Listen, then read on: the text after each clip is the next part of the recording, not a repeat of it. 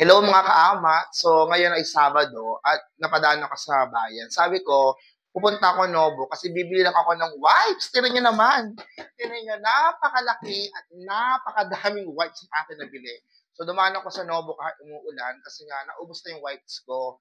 So ang wipes kasi pinagpupunas ko sa mga ibabaw ng lamesa, sa mga gamit ko, sa sapatos, and everything. So naubos na siya.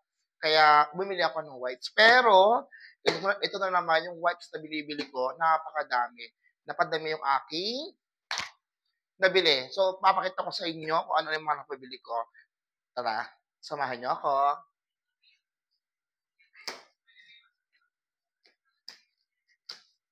So, ito yung mga napabili ko sa Novo. Actually, ayan. Si mother kasi ay nag-request na bumili daw ako ng bigas kasi maubos na yung bigas namin. So, may nakita ako sa Novong bigas, 200 lang, 5 kilo na siya. Ito, oh. At kapag bibili ka ng 25 kilos, parang 800 plus lang siya. So, napakamura. So, testing ko lang yung 5 kilo kung maganda. Para kapag maganda siya isaing, doon na kami bibili ng isang sakong bigas kasi mas mura siya. So, pwede akong pinggan, pinggan pala, pinang patungan ng ating mga i-unbox.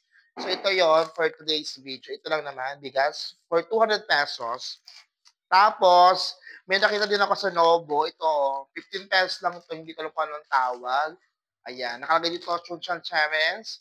And then, Churada, Cucumber. And of course, meron din dito Calabang Queso, Ekiba. And then, yan. Ito yon. Hindi ko alam kung anong tawag ito. Ito, 20 pesos. 15 pesos. 15 pesos. So, testing ko lang din. Tapos, ayan, ito, my favorite. Kasi parang gusto ko mag-inom ngayon. So, nabila ko ng manghuwan. Ito talaga yung pulutan ko sana ngayon. Tapos, ito, cotton buds. Kasi laging inubo sa Sander cotton buds ko lagi nakahingi. And then, nawala na ako ng pabango. So, ito yung aking pabango talaga, juicy. Walang pink. So, orange naman tayo para maibang variation. Ang bango nito. So, okay na ako sa ganitong kulon kasi paano na din, bango, di ba? Ang lakas maka high school life. And of course, syempre, nabili ako ng toothbrush para pag nakapag-lips to lips ako ay mabunga-bunga nga ako. At syempre, ito, nabili ako ng frozen kasi may nakirig ako sa, what is this? Sisig. And of course, I have here hot dog para sa almusal namin. Kasi, kawawa naman yung mga pamangkin ko, hindi na sila kumakain pag umaga. Ayan, hindi sila nakakapag-almusal. So, binili ko sila ng hotdog. Papasalubong kay Sander, siya kay Quincy. And then, of course, ito talaga, Mother, look, iinom tayo.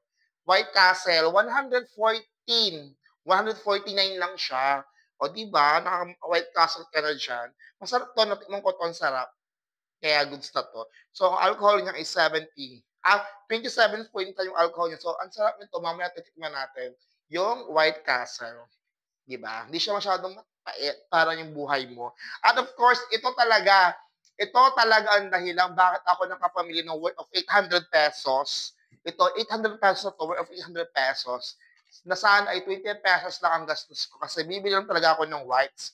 So imagine, 20 pesos lang ito, tsaka ito. O, nabili na ako, 20 pesos yung whites, pero siya ay, ano na siya, 100, 80 wipes na siya, 80 sheets. So imagine, 20 pesos lang to. Ito talaga yung ginagamit ko para hindi masyado masikip sa bag. Kaya lang, mura to. Ito kasi 30 lang. Ito ay 30 sheets siya for 20 pesos. Ito, 20 pesos din siya, 80. So, mas madami to. So, mas madami ka mga gamit.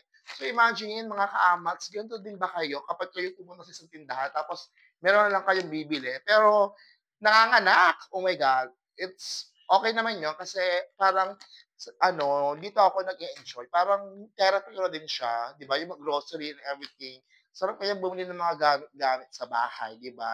So kapag adult ka na, kapag tito ka na, titas ka na, for sure makaka-relate sa aking mga kabatch, sa aking mga 1990s babies. So bye-bye, yun lang. Mwah, mwah, mwah.